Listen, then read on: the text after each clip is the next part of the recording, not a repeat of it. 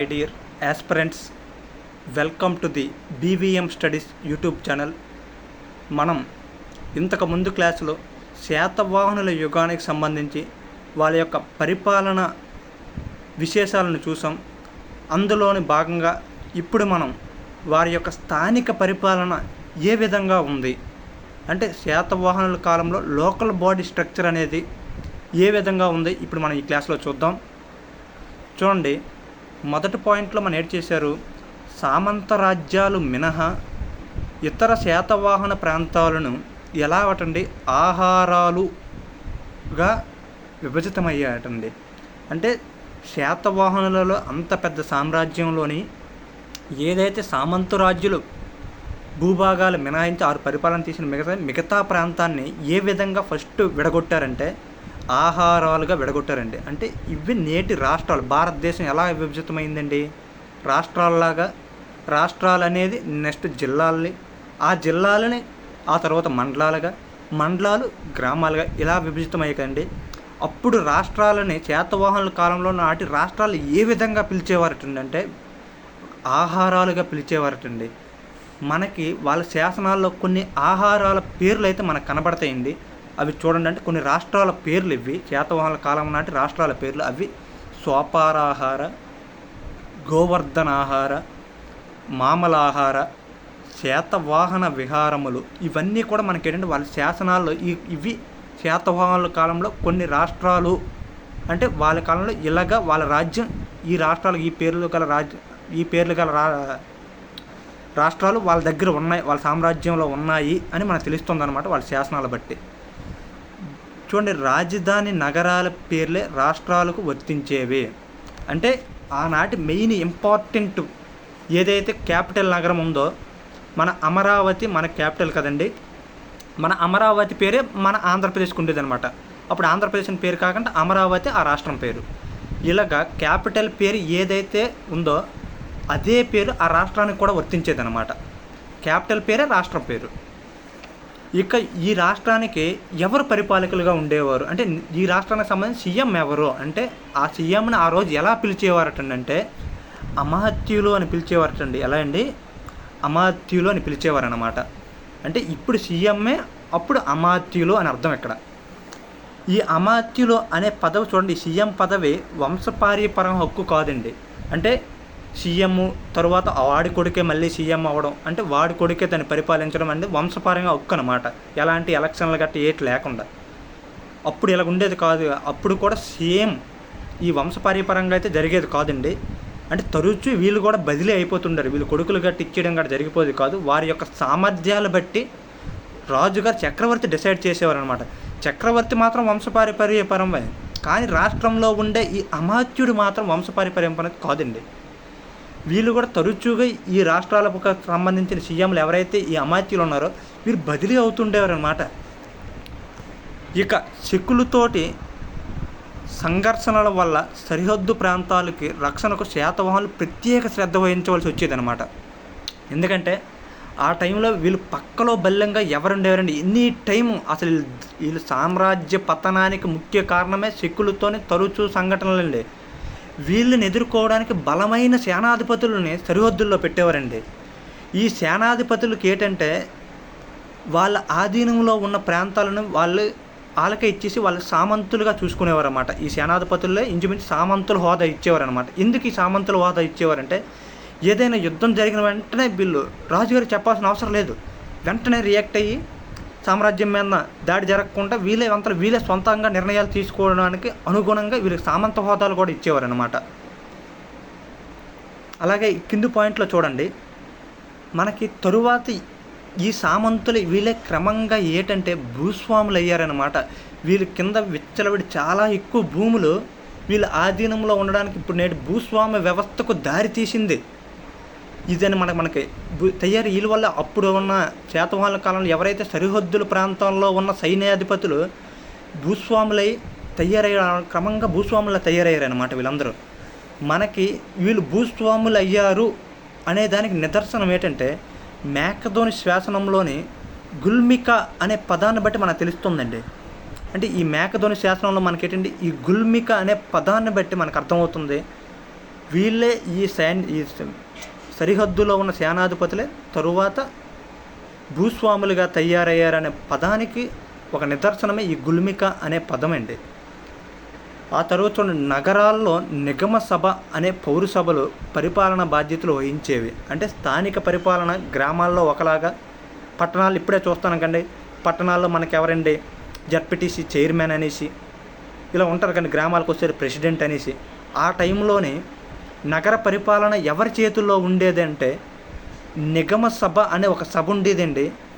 ఆ సభ అనేది నగరాల్లో ఉన్న ప్రతి డ్రైనేజ్ సిస్టమ్ కానించి వాళ్ళ పెద్ద పెద్ద అవసరాల వరకు ఈ నిగమ సభ వారి సమస్యలు పరిష్కరించేదన్నమాట. ఇక శాతవాహన రాజ్యంలో బరుకచ్చ, ప్రతిష్టాన, తగర, గోవర్ధన, సోపార, కళ్యాణ, నాసిక, ధాన్యాకటకం, ప్రతిపాలపురం, కొండాపూర్, బ్రహ్మగిరి, విజయపురి, ఇవన్నీ ఏంటంటే ఇన్ని ఎక్కువ నగరాలు ఉన్నాయండి శాతవాహన రాజ్యంలోని. అంత పెద్ద సువిశాల రాజ్యంలోని ఇవన్నీ కూడా నగరాలండి. అందుకే నగరాలు దేనికండి సంపన్నక నిదర్శనం అండి. అందుకే మన భారతదేశంలో ఇప్పటికి కూడా గ్రామీణ జనాభా ఎక్కువ ఉన్నారు. అందుకే భారతదేశం అండర్ డెవలప్మెంట్, ఇంకా డెవలప్ అయిన కంట్రీలో ఉందన్నమాట. అదే అమెరికాలో చూడండి, సుమారు వాళ్ళ జనాభాలో సుమారు 80% పైబడి నగరాల్లోనే జీవిస్తారంటారు. అంటే అప్పుడు శాతవాహన డైనాసిటీ ఎంత ఆర్థికంగా డెవలప్ అయ్యిందో ఈ నగరాలే నాటి నిదర్శనం అన్నమాట. ఇన్ని నగరాలు శాతవాహన సామ్రాజ్యంలో ఉండేవి. ఈ నగరాలే వాణిజ్య కేంద్రాలుగా ఉండేవి. వాణిజ్య కేంద్రాలు అంటే ఇంకేటే కాదండి, మరి నగరాలు అంత డెవలప్ అయిన తర్వాత అక్కడే పరిశ్రమలు ఏర్పడతాయి, అక్కడే వాణిజ్య వ్యాపారాలు జరుగుతాయి, అలాగే సుసంపన్నతకు దారితీస్తాయి. నేటి హైదరాబాద్ కానీ, చెన్నై కానీ, అలాగే మనకి ఢిల్లీ కానీ, ముంబై కానీ ఎంత పెద్ద సిటీలండి. అదే వాణిజ్య కేంద్రాలు, అవే సెంటర్ మొత్తం ఆర్థికంగా టాప్లో ఉన్న కేంద్రాలండి. అందుకే ఈ నగరాలే వాణిజ్య కేంద్రాలండి, నాటి వాణిజ్య కేంద్రాలండి అవి. అందుచేత నిగమ సభలు ఈ వాణిజ్య సంఘాలను శ్రేణిగా చెప్పవచ్చు అన్నమాట. అంటే నిగమ సభలు అనేది ఈ వాణిజ్య సంఘాలకు ఒక శ్రేణిగా ఏర్పడతాయి అన్నమాట. అంటే వ్యాపారాలు చేస్తున్న వాళ్ళు అందరూ కూడా ఒక శ్రేణి, ఒక గుంపుగా ఏర్పడేవారు. వాటిల్ని శ్రేణి అని పిలిచేవారు అనమాట ఆ గుంపుని. అంటే ఇక్కడ ఏంటంటే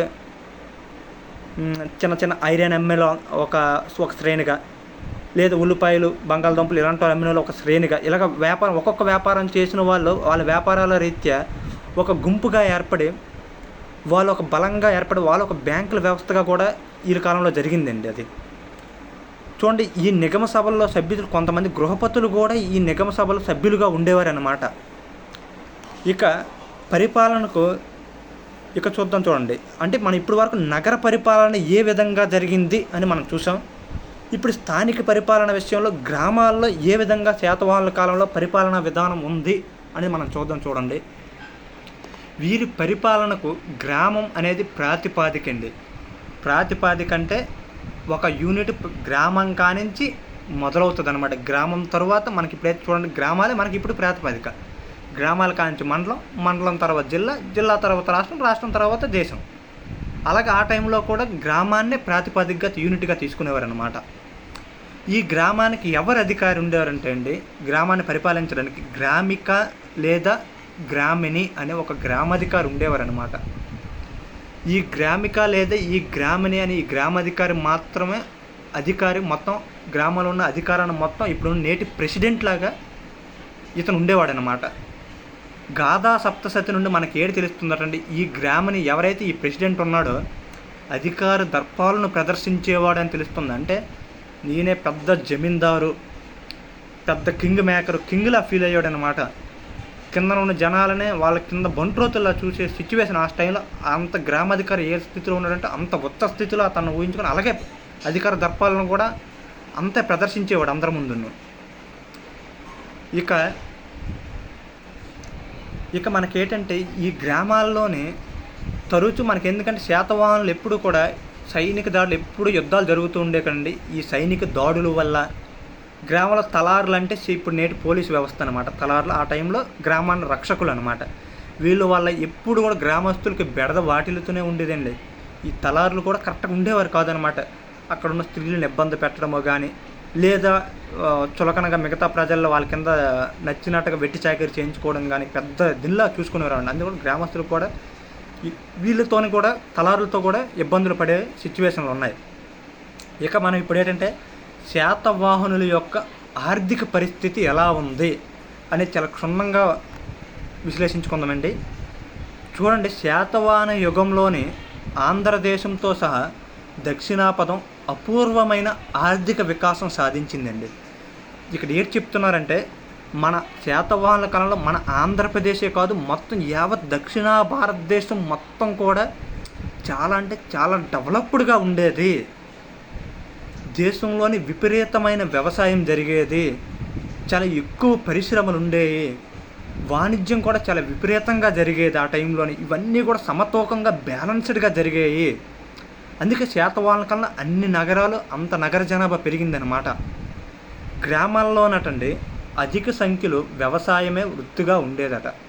అంటే ఇప్పటికీ నేటికి కూడా భారతదేశంలోని గ్రామాల్లోని ఇప్పటికి కూడా అధిక సంఖ్యలో అందరూ కూడా గ్రామాల్లో చాలామంది ఇప్పటికి కూడా వ్యవసాయమే చేస్తారు. శాతవాహనంలో కూడా అంతే. అంటే శాతవాహన పరిపాలనా కాలంలో కూడా గ్రామాల్లో ప్రజలందరూ ఎక్కువ మంది ఎంత డెవలప్ అయినా సరే, అటుపక్క పరిశ్రమలు ఉన్న వాణిజ్యం ఉన్నా సరే, మెజారిటీ పీపుల్ గ్రామంలో ఉన్న ఎవరైతే వాళ్ళు ఎక్కువ కూడా వ్యవసాయమే చేసేవారు అనమాట. ఇక్కడ అచ్చట పొలాలలోనే ఉమ్మడి హక్కులు ఉన్నట్లు మనకు కనిపిస్తుంది. ఉమ్మడి హక్కులు అంటే ఏంటంటే ఇప్పుడు ఒక భూమిని ఇద్దరు ముగ్గురు కలిపి అనమాట ఉమ్మడిగా వాళ్ళకి రైట్స్ ఉండేవి అనమాట. పెద్ద ఎక్కువ కమతాలు సమీకరించి పెద్ద మొత్తంలో అందరూ కలిపి వ్యవసాయం చేసేవారు అనమాట. దీన్ని బట్టి ఎక్కువ దిగుబడి వస్తుంది. అలాగే పనికి కూడా సక్రమంగా మ్యాన్ పవర్ కూడా, అంటే మనుషులు కూడా ఎక్కువ మంది ఉంటారు. ఇన్ టైంకి వ్యవసాయం కూడా సక్రమంగా పండేది అనమాట. అంటే వ్యవసాయం అనేది ఉమ్మడిగా జరిగేది.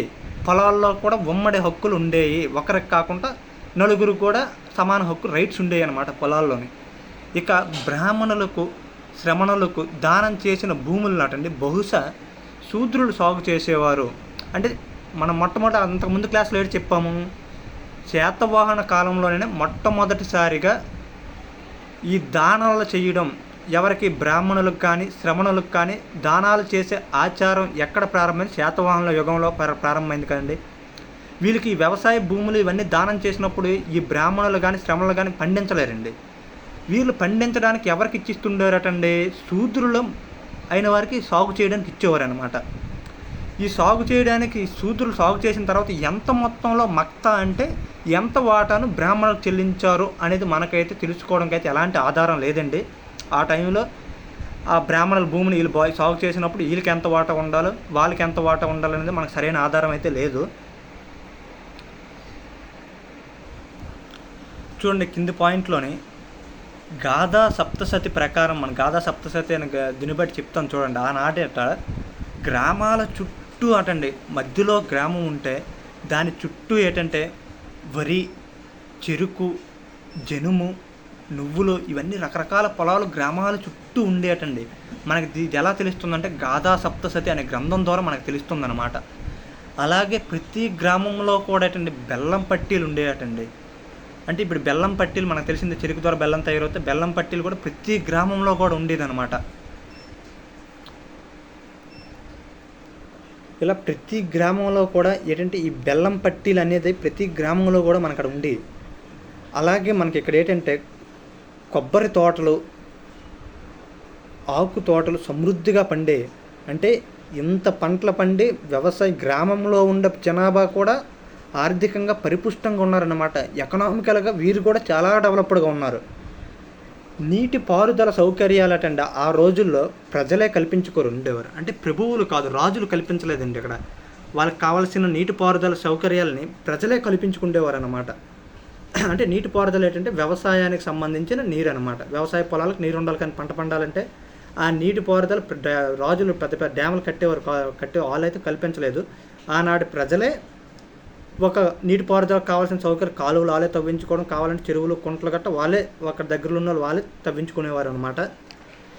ఈ నీటి పారుదల సౌకర్యాలు కల్పించుకునేవారు కోసం మనకు ఇక్కడ ఒక ఇంపార్టెంట్ పాయింట్ వస్తుంది చూడండి. ఉదక యంత్రములు నడిపే ఉదక యంత్రం నడిపే వారందరూ కూడా ఒక శ్రేణిగా ఏర్పడ్డారు అని తెలుస్తుందండి. ఈ ఉదక యంత్రం అంటే ఏటి అసలు ఇంతకీ? ఈ ఉదక యంత్రం అంటే బహుశా ఏతాము అయి ఉంటుంది. ఏతాం అంటే మనకెందుకంటే నీరుని ఇలా లాగేసి పొలంలో వదలడానికి ఏతాంను ఉపయోగిస్తారనమాట. అంటే ఆనాటి ప్రజలు నీటిపారుదల కల్పించుకున్నారు కాబట్టి ఈ నీటిపారుదల కల్పించుకోవడానికి ఆనాటి పెద్ద పెద్ద మోటార్లు ఇంజిన్లు గట్రా లేవండి పొలాల్లో నీరు తోడడానికి. కొంతమంది గ్రూప్గా ఏర్పడి ఆ గ్రూప్ పేరే ఉదక యంత్రం గ్రూప్ అనమాట. ఈ గ్రూప్ వచ్చి వాళ్ళ దగ్గర ఉన్న కుంటల ద్వారా నీటిలోని ఒక ఏతం పట్టుకొని పొలంలోకి విసిరేవారు అనమాట. ఈ విధంగా పొలంలో నీరు నిండేది.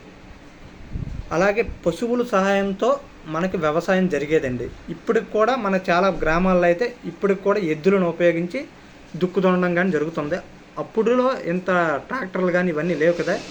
ఆ టెక్నాలజీకి అప్పుడు మనకేంటంటే పశువుల సహాయంతోనే వ్యవసాయం జరిగేది.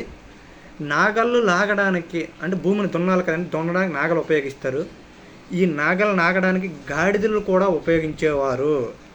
అంటే ఇప్పుడున్న ఎద్దులనే కాకుండా దున్నపోతులనే కాకుండా అప్పుడు గాడిదలను కూడా ఈ నాగలు నాగడానికి శాతవాహనుల కాలంలో ఉపయోగించేవారు అన్నమాట. జనుము నాటండి పశుగ్రాసంగా ఉపయోగించేవారు. అంటే పశుగ్రాసం కోసం ఈ జనుమును పెంచేవారు అనమాట. అంటే పశువులు మేత మేయడానికి గడ్డిగా ఈ జనుమును ఉపయోగించుకునేవారు అనమాట. మనకు ఆ రోజుల్లో అంటే పశుపోషణ పట్ల పెద్దగా శ్రద్ధ వహించేవారు అనమాట. పశుపోషణ అనేది ఒక పెద్ద పరిశ్రమలాగా ఉండేది. ఎందుకంటే వ్యవసాయం చేయడానికి పశువులను అంత బాగా ఉపయోగించడం వల్ల వీటిని పెంచాల్సిన అవసరం చాలా ఏర్పడింది అనమాట. పశువులు కూడా చాలా సమృద్ధిగా ఉండేవి ఆ టైంలోని. మన కింది పాయింట్లో చూడండి.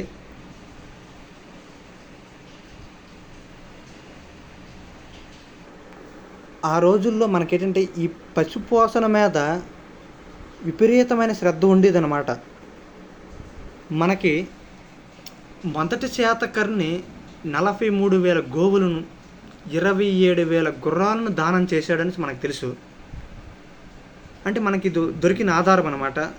ఎంత ఎత్తున దానం జరిగింది అంటే మనకు ఆనాడు పశు సంపద ఏ స్థితిలో ఎంత పశు సంపద ఉందో అనడానికి ఇది ఒక నిదర్శనం అనమాట. అంటే మరి ఇంకో పాయింట్ కూడా దీని ద్వారా తెలుసుకోవచ్చు. ఆనాటి రోజులకి గోదానం అనేది నాటికే పుణ్యకార్యం అయినట్లు. మనం ఇప్పుడు కూడా గోవుని దానం చేస్తే మంచిది అని భావిస్తాం కదండి. అంటే ఇది కూడా ఈ ఆచారం కూడా శాతవాహనుల కాలంలోనే ప్రారంభమయ్యింది అనేది మనకు తెలుస్తుంది. శాతవాహన శాసనాల్లో పలు రకాల చేతి పనుల ప్రస్తావన ఉందన్నమాట.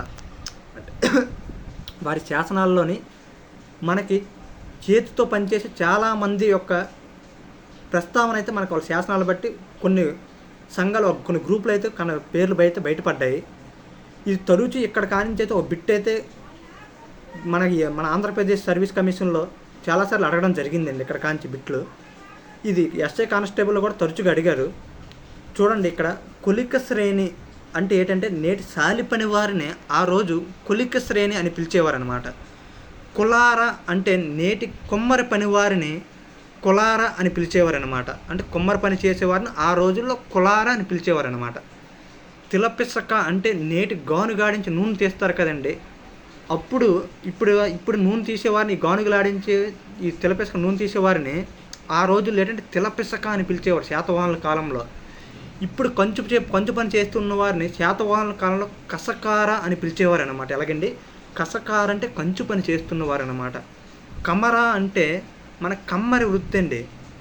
ఆనాటి పూరు గుడిసెలే కదండి, ఆ పూరు గుడిసెలకే మన కమ్మ అవసరం. ఎవరైతే ఇప్పుడు ఉన్న యాత వాళ్ళు ఉంటారు కదండి, అప్పుడు కమ్మరే అని పిలిచేవారండి వాళ్ళు. ఇప్పుడు కమ్మరే మన యాతవని పిలుస్తాం కదా, యాత వాళ్ళని వాళ్ళు కమ్మర అని పిలిచేవారు అనమాట. స్వర్ణకార అంటే గోల్డ్ స్మిత్ అండి, బంగారం షాపుల్లో బంగారం ఉంటుంది కండి. ఇప్పుడు కూడా చాలామంది చూస్తున్నాము. వీళ్ళని ఆ టైంలో ఎలా పెంచండి, సువర్ణక అని పిలిచేవారు అనమాట. మణికారులని ఇప్పుడు పిలిచిన మణికారులు అప్పుడు మణిక అని పిలిచేవారండి. ఇప్పుడు చేస్తున్న ఈ కార్పెంటర్ వడ్రంగిన ఆ శాతవాహనుల కాలంలో ఏమని పిలిచేవారంటే వధిక అని పిలిచేవారు అనమాట. వడ్రంగి అంటే మీకు తెలిసింది ఎందుకంటే మంచాలు కుర్చీలు ఇవన్నీ చేస్తుంటారు కదండి, వీళ్ళు వడ్రంగి అని పిలుస్తాం. కంసాలని ఆ రోజుల్లో మనకి ఎలాగంటే వధిక అని పిలిచేవారు అనమాట. దీన్ని బట్టి మనకి ఎలా తెలుస్తుంది, వీటిని బట్టి ఇంతమంది ఏటి తెలుస్తుందంటే ఆ రోజుల్లో అంటే ఈ పరిశ్రమలు చాలా విరివిగా సాగుతున్నట్లుగా మన పై శాసనాల్లో ఈ పేర్లు కనబడడం వల్ల మనకు తెలుస్తుందన్నమాట. అలాగే వీరే ముఖ్యమైన పరిశ్రమలు అనుకుంటే వీళ్ళు అత్యంత మోస్ట్ ఇంపార్టెంట్ రాజ్యానికి పునాదులు లాంటి పరిశ్రమలు ఆ రోజు ఏ పరిశ్రమలు అంటే అండి, కుమ్మరి పరిశ్రమ, కమ్మరి పరిశ్రమ, వడ్రంగి పరిశ్రమ ఆనాడు రాజ్యానికి శాతవాహన సామ్రాజ్యంలో పరిశ్రమలు అన్నింటిలో ముఖ్యమైన పిల్లర్ లాంటి పరిశ్రమలు ఈ 3 పరిశ్రమలండి.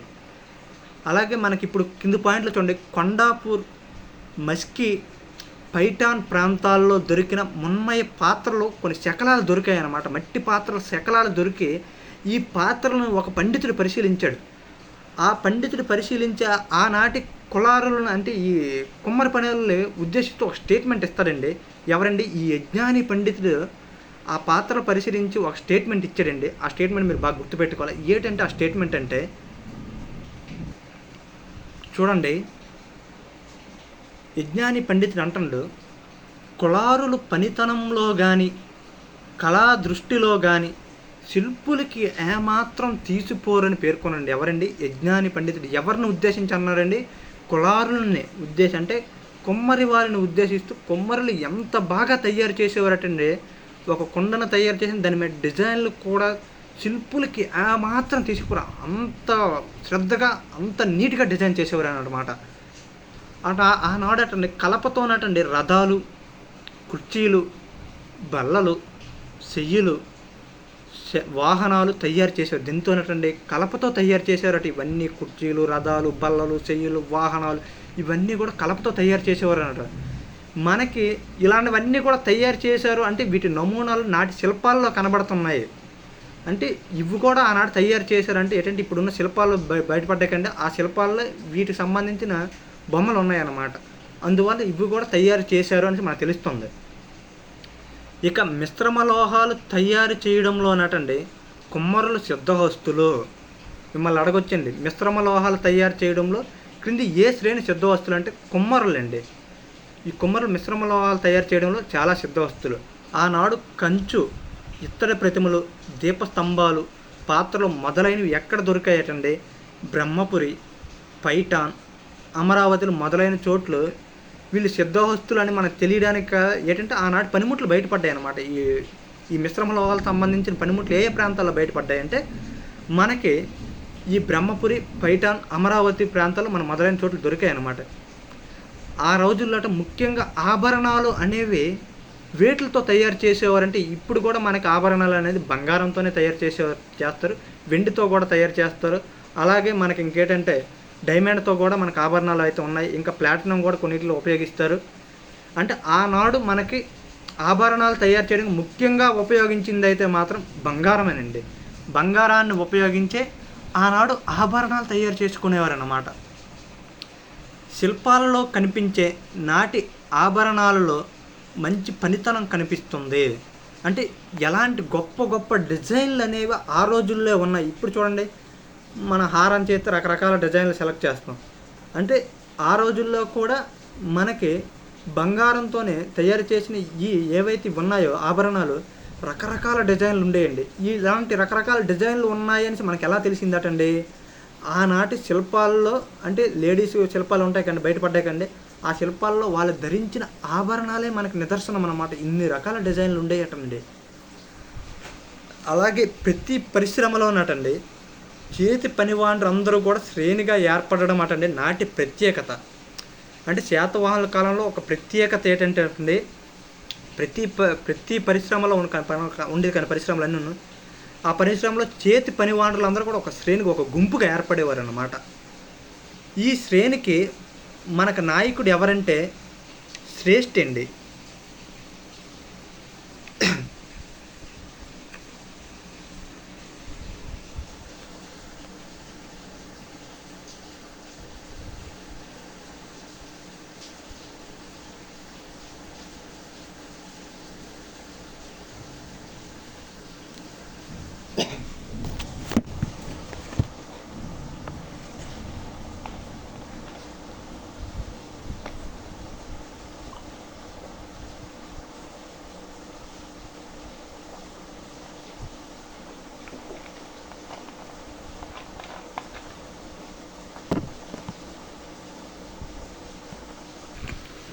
సారీ మై డియర్ యాస్పిరెంట్స్, చూడండి శ్రేణి నాయకుడు శ్రేష్ఠి అండి. అంటే ఈ శ్రేణి అనేది ఉన్నదని చెప్పుకున్నాం కదండి. ఈ శ్రేణి నాయకుడు ఎవరండి? మనకి శ్రేష్ఠి అనే వ్యక్తి వీళ్ళందరూ గుంపుగా ఆ గుంపు లీడర్ని ఏమని పిలిచేవారంటే శ్రేష్ఠి అని పిలిచేవారండి. అలాగే వీళ్ళ కార్యస్థానం మనకంటే వీళ్ళందరూ ఎక్కడ మీటింగ్ అయ్యేవారు, వీళ్ళ కార్యస్థానాన్ని నిగమ సభ అని పిలిచేవారటండి. అంటే వీళ్ళందరూ వీళ్ళ ఆఫీస్ పేరండి నిగమ సభ. అందులో మెయిన్ కుర్చీలో కూర్చున్న వ్యక్తి పేరు శ్రేష్ఠి, మిగతా వాళ్ళందరూ కూడా సభ్యులుగా ఉండేవారు. ఈ సభ్యుల వ్యవహారాలన్నీ కూడా ఆ శ్రేణి వ్యవహారాలన్నీ కూడా ఈ నిగమ సభ ఏంటంటే పరిశీలిస్తూ వారి అవసరాలు ఏంటి అంటే వీళ్ళు మనకి ఎవరైతే ఈ కార్మికులు ఉన్నారో ఆ కార్మికుల తరపున ఈ లీడర్లు అందరూ కూడా వాళ్ళు ఒక్కొక్కరు అవసరాలు ఒక్కొక్కలా ఉంటాయి కండి. గ్రూపులుగా ఏర్పడి ఆ ప్రతి గ్రూప్ని శ్రేణి అని పిలుచుకొని ఆ ప్రతి గ్రూప్ నాయకుడిని శ్రేష్ఠి అని పిలుచుకొని ఆ ప్రతి గ్రూప్ అనేది ఒక మీటింగ్ పెట్టుకుని ఆఫీసుని కార్యస్థానం ఏదైతే ఉందో దాన్ని నిగమ సభ అని పిలుచుకునేవారు. అందరూ వారికి సంబంధించిన అవసరాలన్నీ కూడా అక్కడ డిస్కస్ చేస్తూ ఉండేవారండి. వీళ్ళందరూ కూడా ఈ శ్రేణి ఒక శాసనాలు కూడా విడుదల చేసేవన్నమాట. అంటే శ్రేణికి కొన్ని రూల్స్ ఉండేవి. శ్రేణిలోని ఉన్న సభ్యులు ఏవైతే రూల్స్ ఉండేవో అవి రాజు ఎలాగైతే ఆర్డర్లు జారీ చేస్తాడో ఆర్డర్లు జారీ చేసిన మిగతా పౌరజనం అందరూ పాటించాలి కదండి రాజు ఆర్డర్లని. ఇక్కడ కూడా శ్రేణిలోని ఎవరైతే సభ్యులు ఉన్నారో ఆ శ్రేణి ఒక శాసనం జారీ చేస్తే ఆ సభ్యులందరూ కూడా ఖచ్చితంగా పాటించాలండి. అలాగ ఉండేదన్నమాట. వాళ్ళు కూడా శాసనాలు జారీ చేసుకునేవారు అనమాట, ఆర్డర్స్ జారీ చేసుకునేవారు. మన శ్రేణిలో ఉన్న వాళ్ళందరూ కూడా ఈ టైంకి రావాలి, ఇలాగ ప్రవర్తించాలి అని ఒక ఆర్డర్స్లో కూడా కొద్దిగా ఆర్డర్స్ అయితే ఒక శాసనాలు అయితే జారీ చేసుకునేవారు అనమాట. ఈ శ్రేణులు మనకి బ్యాంకులుగా కూడా వ్యవహరించేవాటండి. అంటే బ్యాంకులు అంటే ఇప్పుడు బ్యాంకింగ్ అంటే ఏంటండి, మన దగ్గర మిగులు సొమ్ముని భద్రపరిచే లాకర్లే బ్యాంకులు అనమాట. ఆనాటి ఈ శ్రేణులు అటండి బ్యాంకులుగా కూడా వ్యవహరించేవన్నమాట. అప్పుడు ఏంటంటే ఇవి కొంత దాని డబ్బుని ఇప్పుడు బ్యాంకుల దగ్గర డబ్బు ఎక్కడ నిల్వ చేస్తాం, డబ్బుని నిల్వించుకొని అంటే గ్రామ ప్రజల దగ్గర ఉన్న లేదా నగరాల్లో ఉన్న ప్రజల దగ్గర డబ్బులన్నీ కూడా ఈ శ్రేణుల దగ్గర బ్యాంకులు వ్యవహరిస్తే కదా వీళ్ళ దగ్గర దాచుకునేవారు అనమాట. ఈ బ్యాంకులు ఏడు చేసే బ్యాంకు ఎలాగైతే మనకు వడ్డీ చెల్లిస్తుందో ఈ శ్రేణులు కూడా ఇవి కూడా ఆ ప్రజలు ఎవరైతే వాళ్ళ దగ్గర డబ్బు ఉంచేవారో వాళ్ళకి కొద్దిగా వడ్డీ చెల్లిస్తుండే అనమాట. ఆ వడ్డీ రేట్ ఎంత చెల్లించేవారటనే మనకి ఆధారం లభించింది. ఆనాడు ఎవరైతే శ్రేణుల వద్ద డబ్బులు ఉంచేవారో వాళ్ళకి ఈ శ్రేణులు ఎంత వడ్డీ చెల్లించేవాటంటే 12% వడ్డీని చెల్లించేవాటండి. అలాగే ఈ శ్రేణులు అటండి వాళ్ళ దగ్గర ఉన్న బ్యాంకుల దగ్గర ఈ డబ్బులతో ఏడు చేసే అంటే కొన్ని సందర్భాలు ఏంటంటే సాంఘిక సంక్షేమ కార్యక్రమాలు కూడా ఈ శ్రేణులు నిర్వహించేవన్నమాట. మనకి ఇక్కడ ఒక కింది పాయింట్లో మోస్ట్ ఇంపార్టెంట్ చూడండి. గోవర్ధనంలోని కొలిక శ్రేణి దగ్గర అటండి వృషభదత్తుడు చెల్లించిన 2000 కర్షపణాలు అంటే బంగారు నాణేలపై వడ్డీతో శ్రమణులకు వస్త్రదానం చేసేదటండి. కొలిక శ్రేణి దగ్గర వృషభదత్తుడు అనే వ్యక్తి మనకేంటంటే 2000 బంగారు నాణేలు ఉంచాడనమాట. దీని మీద వచ్చిన వడ్డీతోని మనకి ఈ కొలిక శ్రేణి ఏడు చేసేదటండి అంటే వాళ్ళకి శ్రమణులు అయితే ఎవరైతే బౌద్ధులు జైనులు ఉన్నారు కదండి వాళ్ళకి వస్త్రదానం చేసేదండి. అలాగే శాతవాహన యుగంలో దేశీయ విదేశీ వాణిజ్యం విరివిగా సాగేది. అంటే ఎప్పుడైతే డెవలప్ అయిపోయింది ఒక కంట్రీ ఇక వ్యాపారాలు అనేవి ఒక ఊపు అందేస్తాయండి. అది స్వదేశంలో కానీ విదేశాలతో వ్యాపారం కానీ శిఖర స్థాయిలో అంత డెవలప్డ్గా ఉండేది అన్నమాట శాతవాహన సామ్రాజ్యం. మనకి ఆనాటి వాణిజ్య కేంద్రాలు పశ్చిమాన ఉన్న వాణిజ్య కేంద్రాలు ఏంటి, అలాగే మన తూర్పు తీరంలో ఉన్న వాణిజ్య కేంద్రాలు ఏంటి ఒకసారి చూడండి. పశ్చిమ ప్రాంతంలో ఉన్న వాణిజ్య కేంద్రాలు ఏంటంటే చూడండి, పైఠాన్, తగరా, జున్నార్, నాసిక, గోవర్ధన, వైజయంతి, కరహాట అనేవి నాటి ప్రధాన వాణిజ్య కేంద్రాలు అండి. ఇటుపక్కండి పశ్చిమ వైపు అండి. ఇక తూర్పు వైపు అంటే నేటి ఆంధ్రప్రదేశ్ ఇటుపక్క మనకి బంగాళాఖాతం సైపుడి ఇటుపక్క ఏటి ఉన్నాయో చూడండి. కెవరూరు, విజయపురి, కోడూరు, ధాన్యాకటకం, నరసాల అనేవి ఇటుపక్క ఉన్న వాణిజ్య కేంద్రాలటండి.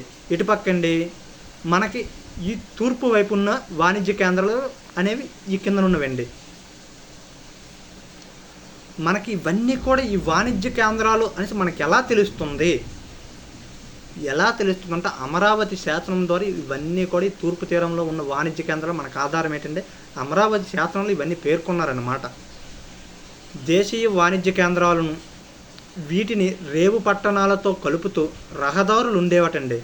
అంటే ఇప్పుడు హైదరాబాద్ ఉంది, హైదరాబాద్ కాంచి మనం ఇంకో దేశాన్ని సరుకుని ఎక్స్పోర్ట్ చేయాలంటే మనం ఫ్లైట్ ద్వారా చేయొచ్చు. ఫ్లైట్ ద్వారా చేయాలంటే చాలా ఎక్కువ ఖర్చు.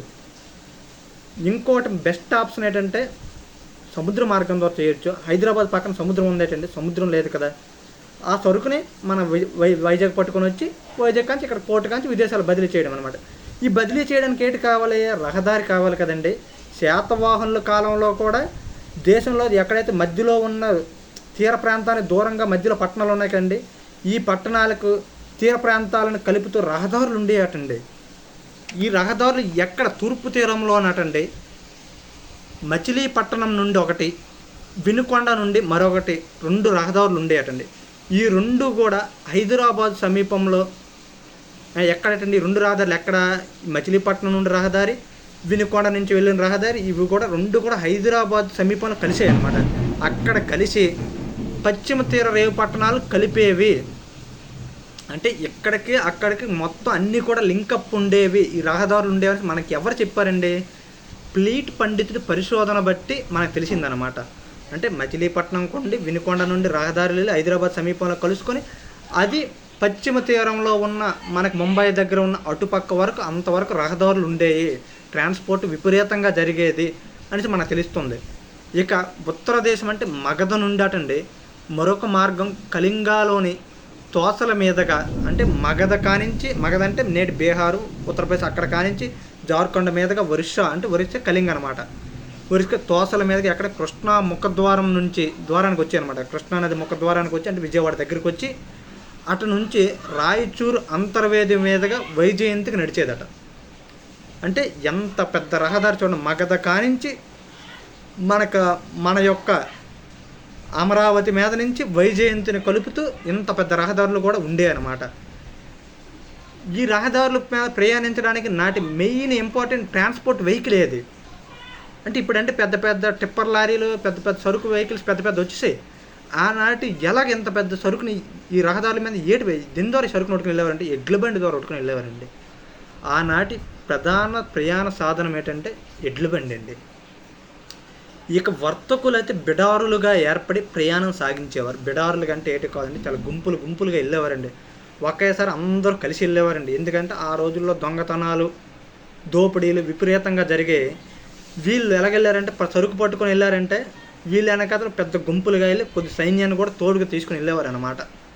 మనకు అల్లూరి శాసనం అనేది చాలా ఇంపార్టెంట్ అండి. చూడండి, అల్లూరి శాసనం ప్రకారం అతడి బౌద్ధ సంఘం అటండి ఎక్కడ అల్లూరి ప్రాంతంలోనటండి బౌద్ధ సంఘం ఎడ్ల బండిని దానంగా స్వీకరించేదటండి.